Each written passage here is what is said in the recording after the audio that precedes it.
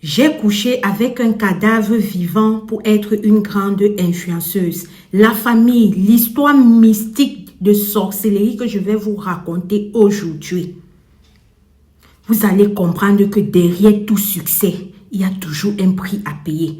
Vous allez comprendre que derrière une certaine notoriété, il y a d'énormes sacrifices. Cette sœur, afin de pouvoir décrocher ce contrat juteux qui lui avait été proposé par un partenaire, a commis l'impensable.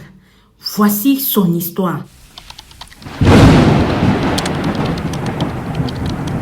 Je suis une Ivoirienne et quand mon histoire débute, je vivais encore à Yopougon.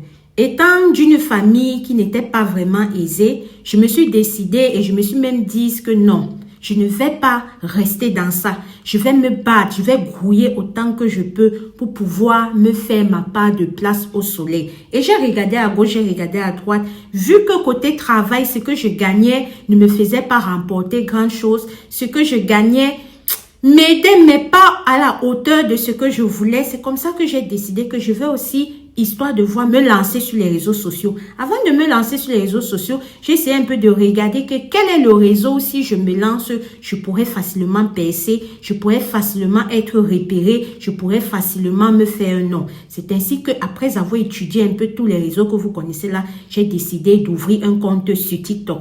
Malgré le fait que je n'avais pas de compte monétisé, vu que vous connaissez que TikTok ne monétise pas en Afrique, mais ça ne m'a pas freiné parce que mon objectif était clairement la visibilité. Mon objectif était clairement de me faire connaître par le public. Je savais que si c'est que j'ai une visibilité, derrière, je pourrais avoir des contrats, je pourrais participer à certains trucs, je pourrais même lancer un business que à travers cette visibilité-là, je vais faire monter, accroître ça du jour au lendemain. C'est comme ça que je me suis donc lancée sur TikTok. Quand j'arrive sur TikTok maintenant, les débuts, je vous assure, ce n'était pas facile. Oh, ce n'était pas facile. Tu vas te lever comme ça, tu grouilles, tu fais une publication, mais tu regardes, tu n'es même pas passé les 200 vues. Parfois, tu ne passes même pas les 100 vues, mais ça ne m'a pas arrêté. J'ai grouillé comme ça pendant 1 an. C'est ainsi que je suis restée. Petit à petit, voilà, le soleil a commencé à frapper de mon côté. Petit à petit, la lumière venait sur moi. C'est comme ça que du jour au lendemain, j'ai fait une vidéo qui a percé. Cette vidéo-là, vraiment, jusqu'au jour d'aujourd'hui, malgré la suite tellement triste de mon histoire. Derrière cette dernière-là, c'est ainsi que j'ai continué à voir mes vues qui montaient sur d'autres anciennes vidéos et ainsi que sur les nouvelles. Petit à petit, j'ai commencé à grimper.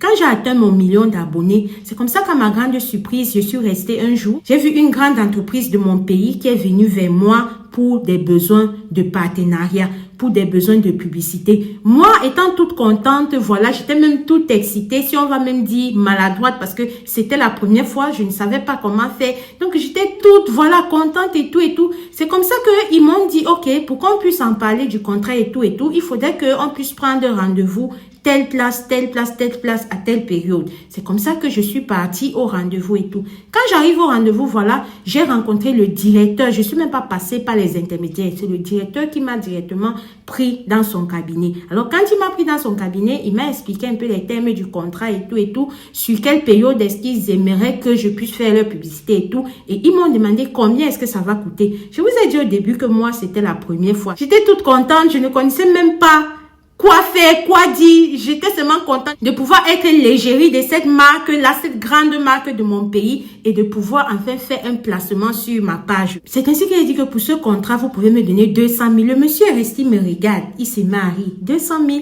seulement, c'est ce que tu prends. J'ai dit oui, monsieur, 200 000. Il me dit que non, pour ce contrat, on va te donner 2 millions. Mais j'aimerais que tu puisses savoir que si c'est que tu gères bien ce contrat, on va gérer plusieurs autres séries de contrats ensemble. Je dis d'accord, monsieur, il n'y a pas de problème. C'est comme ça qu'ils m'ont donné le contrat. Ce contrat-là était pour une période de 3 mois. J'ai géré cela. Ils sont revenus encore par la suite 3 fois pour traiter avec moi dans les mêmes montants. Donc, regardez l'argent que je me suis fait. Et si je restais comme ça, je dis que, ah, ma fille, c'était vraiment une bonne idée pour toi de partir sur TikTok. Voilà, Dieu n'oublie personne.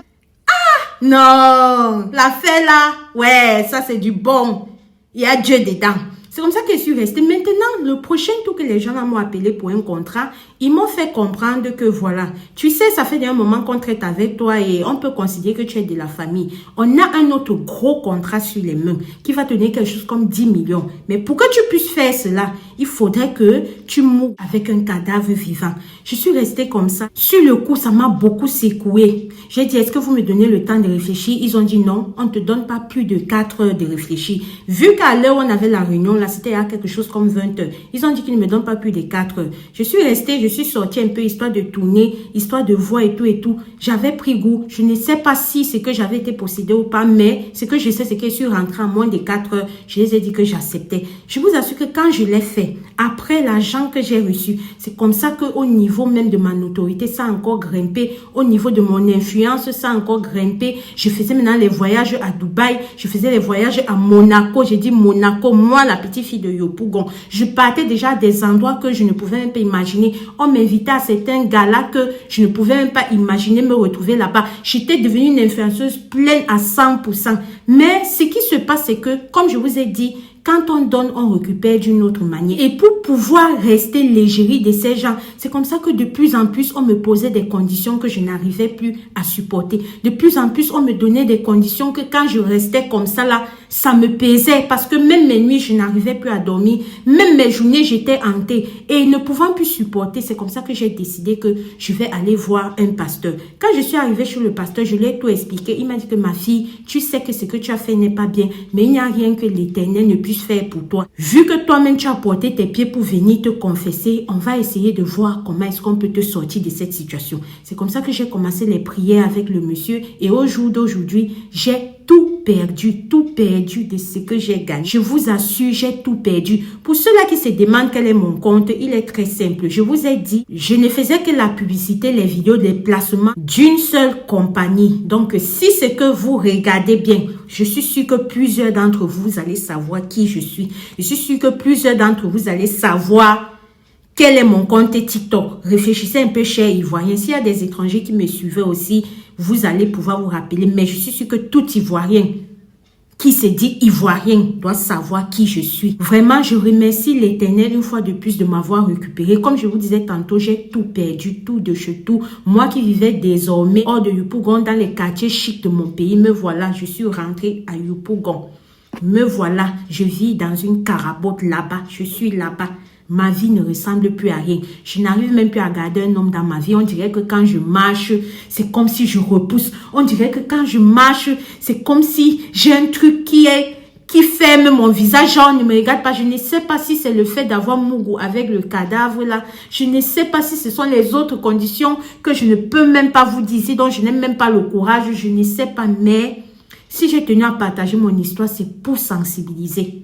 C'est pour vous dire qu'il y a certaines choses ici que quand vous voyez, faites attention. Il y a des contrats qui sont ensorcelés. Il y a des contrats que quand tu acceptes, des partenariats, que quand tu commences à travailler avec certaines personnes, sur le coup, on va te prendre doucement, histoire de ne pas t'effrayer. Mais avec le temps, on va te mettre dans des conditions où quand on va te poser quelque chose, tu vas regarder à gauche, tu vas regarder à droite, tu vas regarder ton train de vie, tu vas regarder tout. Tu ne pourras pas dire non. Faites attention, chers frères et sœurs. Jeunesse, faites attention. Mon histoire aujourd'hui ne s'adresse pas seulement aux Ivoiriens, mais à toute l'Afrique entière et à tout le showbiz en général. Shalom. Famille, voilà l'histoire de la sœur. Quand on va venir vous raconter des histoires comme ça, vous allez dire qu'on a inventé. Quand on va venir vous raconter ce que les gens ont vu, ont essayé, ont vécu, vous allez dire que wow. Moi, je dis toujours que non. Si tu veux croire, tu crois. Si tu veux pas croire, tu ne crois pas. Oh. En tout cas, c'est quand ça va t'arriver. J'espère que tu auras le courage de venir ici, là, sur Alicia Lotus, nous raconter ton histoire. Parce qu'il y a certains là que quand on parle, ils font comme s'ils sortent d'une autre planète. En tout cas, c'était ça l'histoire de la sœur. Partage à une personne que tu sais qu'elle aimerait écouter cela. N'hésite pas à t'abonner, activer ta cloche de notification pour ne rater aucune de nos publications futures. Si c'est ta première fois avec nous, ici nous parlons d'histoires vraies ou mystiques comme ceci. Nous parlons de trucs comme africains, d'astuces et spiritualité et d'actu du jour. Si toi aussi tu as une histoire vraie ou mystique à nous confier, écris-nous soit en inbox, soit sur ce numéro qui s'affiche là. Ensemble, on va se mettre d'accord sur comment est-ce que je vais présenter ton histoire. Sur ce numéro, je ne prends pas d'appel, s'il vous plaît. Vous m'envoyez votre histoire, soit minimum 10 minutes, maximum 15 minutes pour que je puisse retenir et retransmettre ça ici dans les moindres détails, soit par écrit. Et s'il y a des trucs que vous n'aimez pas que je mentionne, dites-le moi aussi parce que entre les messages que je reçois, je les tourne au fur et à mesure. Et au moment où j'arrive sur ton message, peut-être tu peux ne pas être connecté pour me donner ce qu'il faut et je vais passer partir sur d'autres et ça va encore faire retarder ton histoire. J'espère qu'on se comprend. Famille, le deuil est miné. Prions sans cesse, soyons prudents. Ici Alicia Lotus, on se dit à très bientôt pour une prochaine vidéo. Shalom à mon tout, merci.